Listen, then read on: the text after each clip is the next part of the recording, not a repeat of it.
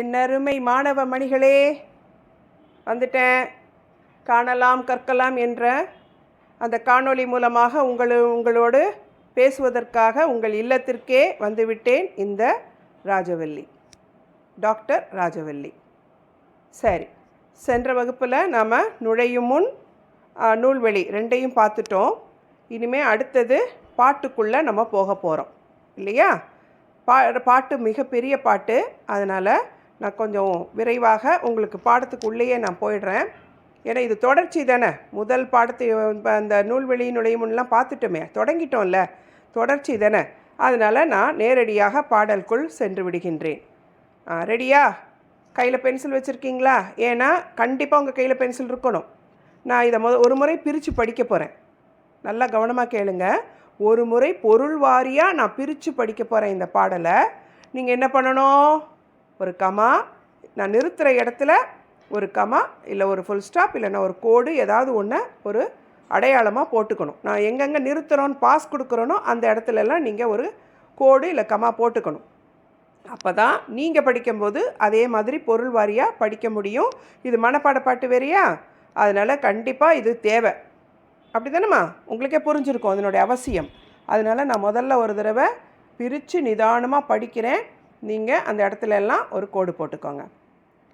வையகம் பணிப்ப வலநேர்ப்பு வளையி பொய்யா வானம் புதுப்பெயல் பொழிந்தன ஆர்கலி முனைய கொடுங்கோல் கோவலர் ஏருடை இன நிறை வேறு புலம் பரப்பி புலம்பெயர் புலம்பொடு கலங்கி கோடல் நீடு இதழ் கண்ணி நீரலை கலாவ மெய்கொள் பெரும்பணி நெளிய பலருடன் கைகொள் கொள்ளியர் கவுள் புடையூ நடுங்க. இது வரைக்கும் உங்களுக்கு மனப்பாட பாட்டு. மா மேயல் மறப்ப மந்தி கூற பறவை படிவன வீழ கறவை கன்று கோள் ஒழிய கடிய வீசி குன்றும் குளிர்பண்ண கூதிர்பானாள். மொத்தம் 12 அடி இருக்குது. அதில் இந்த கடைசி 4 அடி போக மீதியெல்லாம் உங்களுக்கு மனப்பாட பாட்டாக கொடுத்துருக்காங்க. சரியா? சரி. இப்போது இந்த பாட்டை நான் பிரித்து படிச்சுட்டேன் உங்களுக்கு. ஆனால் நிச்சயமாக ஒன்றுமே புரிஞ்சிருக்காது, அது என்னால் உணர முடியுது. ஆனால் இந்த வகுப்பு முடியும் போது நீங்கள் தெளிவாக இந்த பாட்டை புரிஞ்சு ஃபுல் கான்ஃபிடென்ட்டோடு இருப்பீங்க. சேலஞ்ச் பார்க்கலாமா? ஏன்னா நான் என்ன நம்புகிறேன். என்ன நம்புங்க, நீங்கள் உங்களை நம்ப வேண்டாம், என்ன நம்புங்க, இந்த ராஜவல்லியை நம்புங்க. நான் சொன்னது நடக்குதா இல்லையான்னு பாருங்கள். போலாமா பாட்டுக்குள்ளே? வாங்க. அருமையான பாட்டு. நான் முதல்லையே சொன்ன மாதிரி கண்ணை நல்லா மூடிக்கோங்க. ஒரு அருமையான இடத்துக்கு உங்களை நான் கூட்டிகிட்டு போகிறேன். எந்த இடம் தெரியுமா? அது ஒரு அழகான அடர்த்தியான காடுன்னா அதில் நிறைய பலா மா, நீங்கள் போயிருப்பீங்க, நிறைய ஹில் ஸ்டேஷன்ஸ் போயிருப்பீங்க. இந்த கொல்லிமலையிலலாம் நீங்கள் போனீங்கன்னா அங்கே நிறைய எங்கே பார்த்தாலும் பலாமரமாக இருக்கும்மா, மாமரமாக இருக்கும், காய்ச்சி குலுங்கும், பறிப்பாரின்றி கிடக்கும். நான் என் கண்ணால் பார்த்து ரசித்த இடங்கள் இதெல்லாம். இப்போ தற்காலத்தில் சொல்கிறேன், சென்ற ஜென்மத்தில் இல்லை, இப்போ தான் சொல்கிறேன் நான். நீங்களும் வேணால் ஒரு முறை போய் பாருங்கள், நான் சொல்கிறது உண்மைன்னு உங்களுக்கே புரியும். அந்த மாதிரி ஒரு அடர்த்தியான காட்டுக்குள்ளே நீங்கள் இருக்கிறதா கற்பனை பண்ணிக்கோங்க. ஏன்னா இப்போ நீங்கள் நீங்கள்லாம் யார் அப்படின்னு பார்த்தீங்கன்னா ஆயர்கள்னால் இந்த மாடெல்லாம் ஆடு மாடெல்லாம் மேய்ப்பாங்க இல்லையா, ஆயர்கள் தானே காட்டுக்குள்ளே இருப்பாங்க இல்லையா, இடையர்கள். அவங்கன்னு கற்பனை பண்ணிக்கோங்க. இல்லை வேண்டாம், நீங்களாகவே இருங்க. நம்ம அதை ஃபீல் பண்ண தானே போகிறோம் அந்த சூழ்நிலையை. அதனால் நீங்களாகவே இருந்தாலும் பிரச்சனை கிடையாது. அதை அப்புறமா நீங்கள் அவங்களோட கனெக்ட் பண்ணிக்கலாம். ஸோ ஒரு காட்டுக்குள்ளே இருக்கிறீங்க, சரியான மழை பெஞ்சிருக்கு, சரியான மழை, காட்டு மழைன்னு சொல்லுவாங்க இல்லையா, சரியான மழை பெஞ்சிருக்கு. ஸோ எல்லா இடமும் அங்கே இப்போவும் தூறல் போட்டுக்கிட்டே தான் இருக்குது. கற்பனை பண்ண முடியுதா உங்களால்? ஃபீல் பண்ணுறீங்களா? இப்போவும் தூறல் போட்டுக்கிட்டே தான் இருக்குது. சரியான நேரத்தில் தான் நம்ம இந்த மழையை மையமாக வச்சு நடத்திட்டுருக்கோம் இல்லை? ஏன்னா அட்டிக்கிற வெயிலில் நமக்கு இது தேவை இருக்குது கொஞ்சம். அப்போது நல்ல மழை, நானும் கண்ணை மூடி ரசிச்சுக்கிட்டே தான் உங்களுக்கு சொல்லிக்கிட்டு இருக்கேன். என்னோட சேர்ந்து நீங்களும் அதை ஃபீல் பண்ணுங்கள். அங்கங்கே பார்த்தீங்கன்னா மழை தேங்கி தேங்கி மழை தண்ணி வந்து தேங்கி தேங்கி தேங்கி தேங்கி குட்டை மாதிரி பல இடங்களில் காணப்படுது. இப்போது அந்த இடையர்கள் ஆடு மாடு மேய்க்கிறதுக்காக போயிருக்காங்க. அவங்க எப்போவுமே எல்லா மாட்டையும் ஒன்றா சேர்த்து ஒரு கூட்டமாக தான் போவாங்க. அதுக்கு பல காரணங்கள் உண்டு. இப்போ அதெல்லாம் பற்றி நமக்கு கவலை இல்லை. எல்லோரும் ஒன்றா சேர்ந்து ஆடு மாடை மேய்க்கிறதுக்காக போயிருக்காங்க. இப்போ அவங்களுக்கு என்ன மாதிரியாக இருக்குது இந்த பருவம் அப்படிங்கிறது தான் இப்போ பாட்டில் நமக்கு விளக்கியிருக்காங்க. முதல்லேருந்து வரலாம் மறுபடியும். வையகம் பணிப்ப. வையகம் அப்படின்னா உலகம். உலகத்துக்கு பார், ஞாலம், பூதளம் பல பெயர்கள் உண்டுன்னு நம்ம ஏற்கனவே நம்ம பார்த்தோம். இங்கே வையகம் பணிப்ப அப்படின்னா என்ன? உலகம் நனையும்படியாக. மழை பெஞ்சா பூமி நனையும் தானே? பூமி மட்டுமா நனையும்? அந்த பூமி மேலே இருக்கிற மரம், செடி, கொடி, மக்கள், விலங்கு எல்லாம் தானே நனையும் இல்லையா? அதனால தான் இங்கே ஆகு பெயராக உலகம் நனைந்ததுன்னு பொதுப்படையாக சொல்லிட்டாங்க. இந்த இடத்துல ஆகு பெயரை பயன்படுத்திட்டாங்க. வையகம் பணிப்ப, உலகம் நனையும்படியாக. வலநேர்ப்பு வளையி. காற்று எப்படி மழை சுழண்டு அடிச்சுது அப்படின்னு பார்த்தீங்கன்னா, வலநேர்ப்பு வளையி, வலதுபுறமாக சுழண்டு அடிக்குது காற்று. அதனால் அந்த மழையும் எப்படி அடிக்குது? வலதுபுறமாக சுழண்டு அடிக்குது. வளையிங்கிறது அளபடை. அளபடையெல்லாம் நான் இலக்கணம் நடத்தும் போது தான் உங்களுக்கு நான் நடத்த முடியும். இது சொல்லி சேலபடை. அளபடை தெரிந்த மாணவர்களுக்கு இது புரியும். இது சொல்லி சேலபடை. ஈல முடிஞ்சதுன்னா அது சொல்லி சேலபடைன்னு புரிஞ்சிருக்கும். ஆசிரியர் நக்கீரர் என்பதனால் அளபடைகளெல்லாம் பயன்படுத்தி எழுதியிருக்காருமா ஆசிரியப்பால். பாடினா அதுக்குன்னு ஒரு இலக்கணம் இருக்குது. அந்த இலக்கணத்தையும் மீறாமல் அளபடையெல்லாம் பயன்படுத்தி எழுதியிருக்காருன்னா அவர் எவ்வளோ பெரிய ஜீனியஸ்ன்னு கொஞ்சம் யோசிச்சு பாருங்கள். வலநேர்ப்பு வளையி, வலது பக்கமாக சுழன்று அடிக்குது காற்று. அதற்கேற்ப மழையும் வலது பக்கமாக சுழன்று அடிச்சிருக்கு. பொய்யா வானம் புது பெயல் பொழிந்தன. பொய்க்காத வானம், பொய்யா வானம், பொய்யா வானம், பொய்க்காத வானம், ஈறுகட்ட எதிர்மறை பெயரெச்சம், இலக்கணம். இதெல்லாம் நம்ம பின்னாடி பார்க்க போகிறோம். பொய்யா வானம் புது பெயல் பொழிந்தன. புதுசாக மழை அந்த பருவத்துக்கான மழை தொடங்கிடுச்சு. பொய்க்காத வானம் அப்படின்னா என்ன அர்த்தம்? நம்மளை ஏமாத்தாது பருவம். மழை பெய்ய வேண்டிய காலத்தில் மழை வரும், குளிர்னா குளிர், வெயில்னா வெயில். அதனால தான் விவசாயம் நம்ம நாட்டில் சிறப்பாக இருந்தது. விவசாயத்துக்கு பஞ்சபூதங்களும் வேணும் இல்லையா? அதனால தான் விவசாயம் சிறப்பாக இருந்தது. ஏன்னா பருவம் தவறாமல் இதெல்லாம் சரியாக நடைபெற்றது. சொல்லி வச்ச மாதிரி அந்தந்த மாதத்தில் அது நடக்கும். அதனால தான் ஆசிரியர் சொல்கிறார், பொய்யா வானம், பொய்க்காத வானம். இன்றைக்கி நமக்கு வானம் பொய்த்துக்கிட்டே இருக்குது. மழை வர மாதிரி இருட்டுது, மழை பெய்யாது இல்லையா? சில நேரம் ஒன்றுமே இருக்காது, வெயில் அடிக்கும், திடீர்னு மழை தூரும். இப்படி வானம் நம்மளை ஏமாற்றிக்கிட்டே இருக்குது. ஆனால் சங்க காலத்தில் நக்கீரர் என்ன சொல்லியிருக்காரு? பொய்யா வானம், பொய்க்காத வானம் புதுப்பெயல் பொழிந்தன.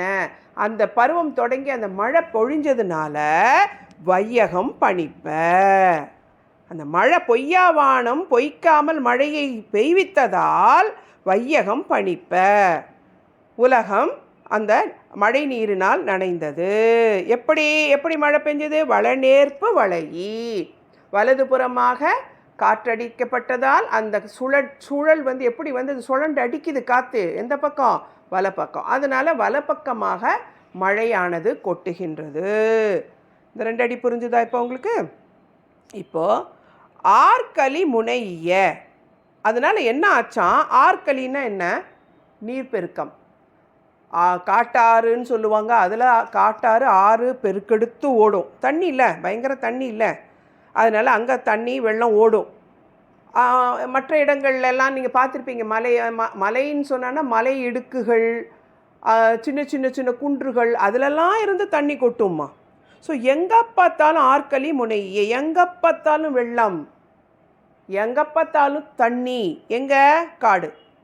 அந்த காட்டுக்குள்ளே தானே நம்ம இருக்கிறோம். இப்போ முல்லை நிலம்னா காடு இல்லையா? அந்த காட்டுக்குள்ளே தானே இருக்கிறோம். ஸோ அங்கே எங்கே பார்த்தாலும் வெள்ளமாக இருக்கின்றது. கொடுங்கோல் கோவலர் ஏருடை இன நிறை வேறு புலம் பரப்பி.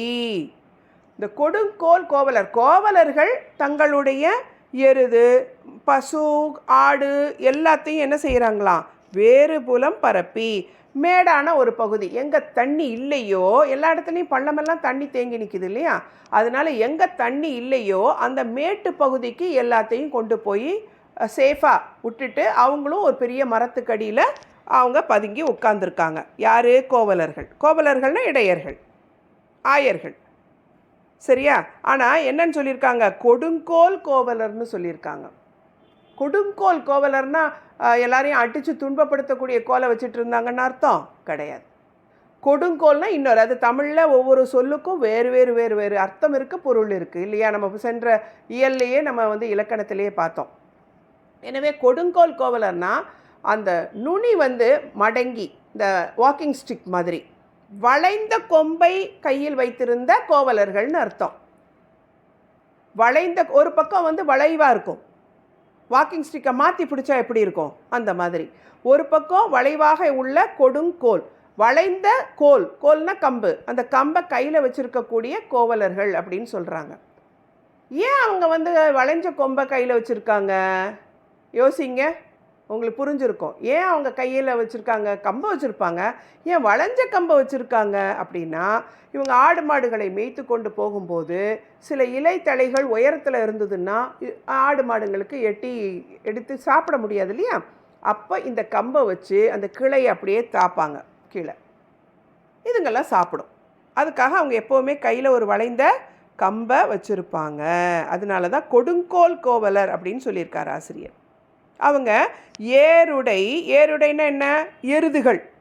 ஏருனாலே ஆண் வர்க்கம், ஆண் வர்க்கம், எருதுகள், கடா, இதெல்லாம். இனம்னா என்ன, அதனுடைய இனம் பசு, புரியுது அவங்களுக்கு, ஆடு, இதெல்லாம். ஸோ எல்லா வகையான ஆணிரைகள், ஆனா பசு, நிறைனா ஆடு மாடு, ஆடு மாடு எல்லாத்தையுமே வேறு புலம் பரப்பி எப்பவும் மேய விடக்கூடிய நல்ல பசுமையான புல்கள்லாம் இருக்கக்கூடிய இடத்துல மேய விட்டுட்டு அவங்க ஓய்வு எடுப்பாங்க, இல்லை விளையாண்டுட்டு உட்காந்துருப்பாங்க.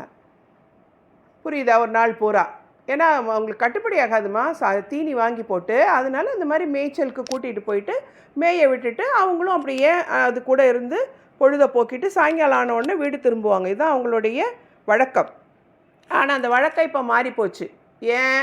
எல்லா பக்கமும் தண்ணியாக இருக்கிறதுனால அவங்க இடத்த நார்மலாக பதிவாக இருக்கக்கூடிய இடத்த விட்டுட்டு வேறு நல்ல ஒரு மேட்டு பகுதியை பார்த்து எல்லா ஆணிரைகளையும் அங்கே சேர்த்து வச்சுக்கிட்டு இவங்களும் குளிரில் அங்கே பதுங்கி உட்கார்ந்துருக்காங்க. அதுதான் புரியுதா? ஆற்களி முனைய கொடுங்கோல் கோவலர் ஏருடை இன நிறை வேறு புலம் பரப்பி, வேறு ஒரு மேட்டு நிலத்துக்கு கொண்டு போய் அங்கே போய் எல்லாத்தையும் விட்டுட்டு உட்கார்ந்துருக்காங்க.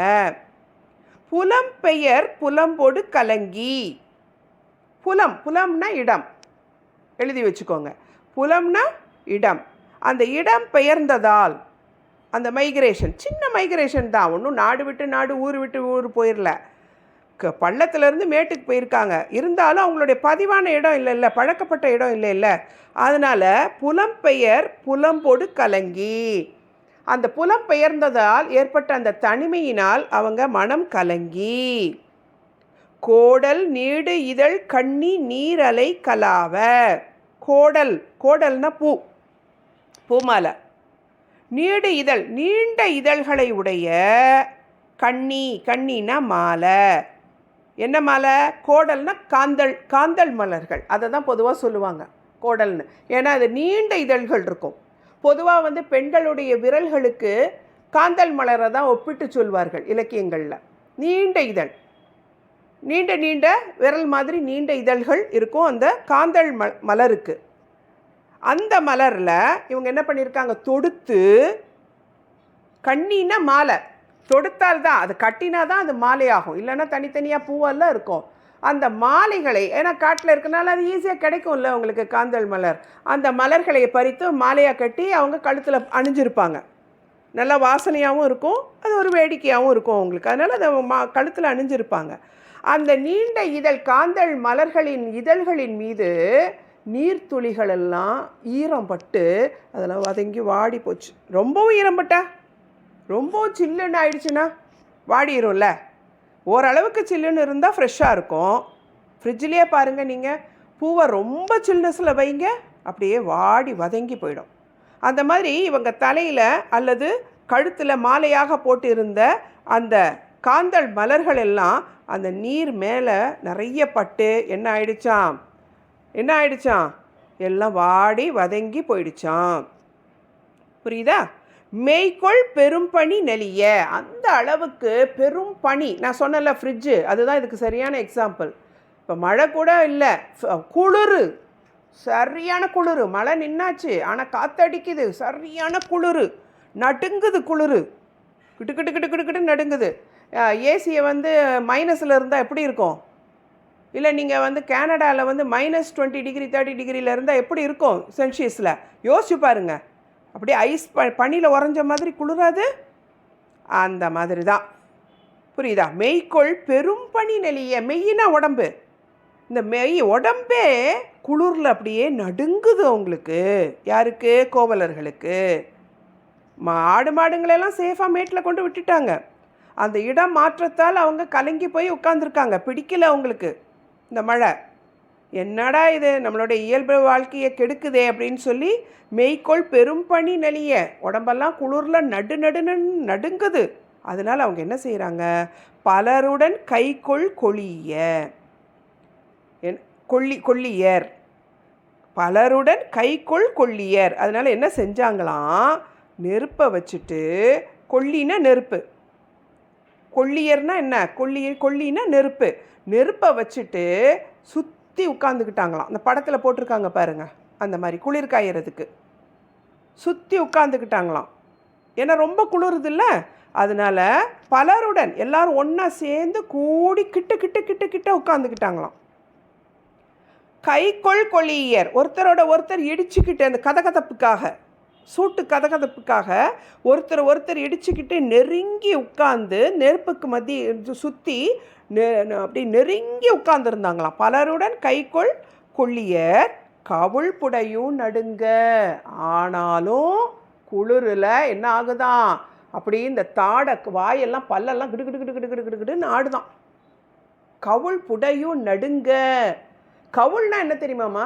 தாடை. இந்த கழுத்துக்கும் கன்னத்துக்கும் இந்த இடையில் இருக்குல்ல, இந்த தாடை, இந்த கீழ் பல்வரிசையினுடைய அந்த அடிப்பகுதி இருக்கு இல்லையா, அதை தான் தாடைன்னு சொல்லுவோம் நம்ம. அந்த குளிர்னால அவங்கெல்லாம் என்ன செஞ்சாங்களாம்? அப்படியும் நெருப்பு வச்சுருக்காங்க, சுற்றி பக்கத்தில் நெருக்கமாக உட்காந்துருக்காங்க கதகதப்பாக. இருந்தாலும் அவங்களுக்கு பனியை தாங்க முடியல, குளிரை தாங்க முடியலங்கிறதுனால என்ன செஞ்சாங்களாம்?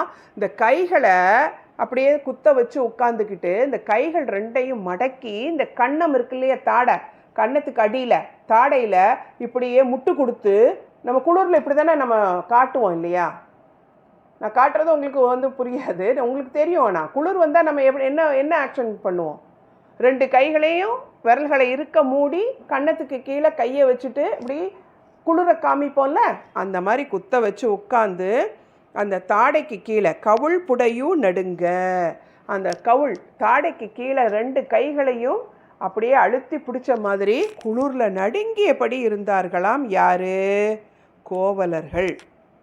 அப்போது மனுஷங்களுக்கே இந்த நிலைமை அப்படின்னு சொன்னால் விலங்குகளை பற்றி யோசிச்சு பாருங்கள். இதோட உங்களுக்கு இந்த பகுதி முடிஞ்சிடுச்சு, மனப்பாட பாட்டு. நான் மீண்டும் மீண்டும் மீண்டும் மீண்டும் சொன்னதையே திரும்பி சொல்ல வேண்டிய அவசியம் இல்லை, வகுப்பு மாதிரி. காரணம், நீங்கள் வீடியோவை திருப்பி புரியலைன்னா நீங்கள் மறுபடியும் இந்த வீடியோவை திரும்ப திரும்ப கேட்டிங்கன்னா உங்களுக்கு கண்டிப்பாக நல்ல அர்த்தம் புரிஞ்சிடும். அந்த ஒரு ஆப்ஷன் இருக்குது உங்களுக்கு, திரும்ப திரும்ப கேட்குற ஆப்ஷன் இருக்குது உங்களுக்கு. வகுப்புலன்னா அப்படி கிடையாது, நான் திரும்ப திரும்ப திரும்ப திரும்ப சொல்லுவேன். இங்கே அதுக்கு அவசியம் இல்லை. அப்படி இருந்தும் நான் திரும்ப சொல்ல தான் செய்கிறேன். ரொம்பவும் வேண்டாம், நீங்கள் போட்டு திரும்ப கேளுங்க. 2 தடவை 3 தடவை கேட்டிங்கன்னா உங்களுக்கே அது நல்லா புரிஞ்சிடும். சரியா? அப்போ இது வரைக்கும் தான் உங்களுக்கு என்னது, எத்தனை அடின்னு பாருங்கள். 1 2 3 4 5 6 7 8. இந்த 8 அடியும் உங்களுக்கு மனப்பாட பாட்டு.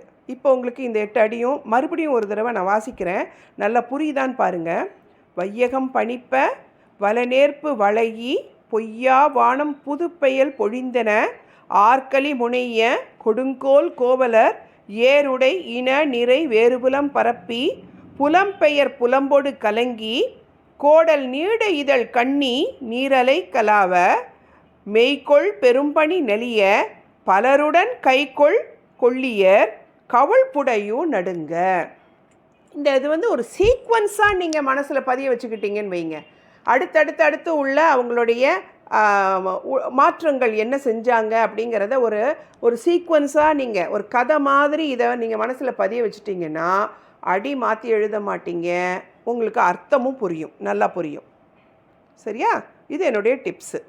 அடுத்தது, இப்போது இது கோவலர்களுடைய நிலை என்றால் விலங்குகளுடைய நிலையை பாருங்கள். மா மேயல் மறப்ப. மா என்றால் நிறைய அர்த்தம் இருக்குமா அதுக்கு. மானா விலங்குகள்னு சொல்லலாம், குதிரைன்னு சொல்லலாம், புரியுதா? அடுத்து வந்து பசுக்கள்னு சொல்லலாம், நிறைய அர்த்தம் இருக்குது இந்த ஒரு வார்த்தைக்கு. ஆனால் இந்த இடத்துல நம்ம எப்படி எடுத்துக்கணும் அப்படின்னு சொன்னால் விலங்குகள்னு எடுத்துக்கணும். மா மேய்ச்சலை மறந்து விட்டது. ஆமாம், மழை பெஞ்சால் சாதாரணமாக மழை பெஞ்சாலே எல்லாம் போய் அங்கங்கே பதுங்கி பம்மிக்கும். இதில் வேறு இந்த மாதிரி ஒரு கொடுமழை பெய்யும்போது என்ன செய்யும்? மா மேயல் மறப்ப. மறப்பங்கிறாங்க அப்படின்னா என்ன அர்த்தம் சொல்லுங்க பார்க்கலாம். மா மேயல் மறப்ப. விலங்குகளெல்லாம் மேய்ச்சலையே மறந்துடுச்சான். ஏன் மறந்துடுச்சு? ஒரு நாள் 2 நாள் இல்லை, நமக்கு வந்து இந்த வரதா புயல் வரும்போது 1 மாதம் தொடர்ந்து மழை பெஞ்சுது, ஞாபகம் இருக்கா? விடாமல் நின்று கொஞ்சம் நிற்கும், அப்புறம் மழை பெய்யும், அப்படியே விடாமல் 1 மாதம் மழை பெஞ்சுது. அதனால தான் அவ்வளோ பெரிய ஒரு வெள்ளத்தை வந்து நம்ம எதிர்கொண்டோம். நமக்கே அதுவும் தற்காலத்தில் இப்போவே நமக்கு இந்த நிலைமைன்னா பருவமெல்லாம் கரெக்டாக போயிட்டுருக்கக்கூடிய அந்த காலத்தில் எப்படி இருந்திருக்குன்னு யோசிச்சு பாருங்க. அப்போ நாள் கணக்காக மழை பெஞ்சிட்ருக்கும்போது நாள் கணக்காக இந்த விலங்குகள்லாம் வேட்டையாட போக முடியாது, இறை தேடி போக முடியாது. அதனால் அதுங்க மேய்ச்சலையே மறந்துடுச்சான் அந்த அளவுக்கு. அப்படின்னா ஒரேடியாக அப்படி அர்த்தம் எடுத்துக்கக்கூடாது. நேரடியாக ஆசிரியர் வந்து நமக்கு அந்த மழையினுடைய பாதிப்பை புரிய வைக்கணுங்கிறதுக்காக கொஞ்சம் அதிகமாக சொல்கிறாரு, அவ்வளோதான். நம்ம சொல்லுவோம்ல, ஐயோ புக்கை கையில் எடுத்து பல நாள் ஆச்சுடா, படிக்கிறதே மறந்து போச்சுடா, ஸ்கூலுக்கு போனதே மறந்து போச்சுடா. எப்போ கொரோனா டைமில் சொன்னோம்ல, நம்ம 2 வருஷம் ஸ்கூல் பக்கமே போகாமல் வீட்டில் இருந்தே படிச்சிங்களே, ஸ்கூலே மறந்து போச்சுன்னு சொல்லுவோம்ல, அந்த மாதிரி தான் இது. மா மேயல் மறப்ப. மந்தி கூரை. குரங்குகள்லாம் என்ன செஞ்சுதான் அப்படியே அந்த மரக்கிளைகளில் கிடுகிடுன்னு அது ஒரு இடத்துல உட்கார்றதா என்ன? மந்தினா என்ன? குரங்கு. மந்தினா குரங்கு. குரங்குகள்லாம் என்ன பண்ணிச்சான்? மந்தி கூரை அப்படியே கிடுகிடுன்னு நடுங்குது குளிரில். அங்கங்கே தாவி விளையாண்டு சுறுசுறுப்பாக இருக்கக்கூடிய குரங்குகள் கூட என்ன செய்யுதான்? குளிரில் நடுங்கியபடி உட்கார்ந்துருந்துதான். பறவை படிவன வீழ. பறவைகள்லாம் என்ன பண்ணிச்சான்? பட்டுன்னு கீழே விழுகுது. ஏன்னா ரெக்கைகள்லாம் நனைஞ்சு போயிடுச்சு. அதனால் அதுங்களால் பறக்க முடியல. பறக்கிறதுக்காக அதுங்க முயற்சி பண்ணுது, ஆனால் பறக்க முடியாமல் தொப்புன்னு மரத்துலேருந்து கீழே விழுகுது.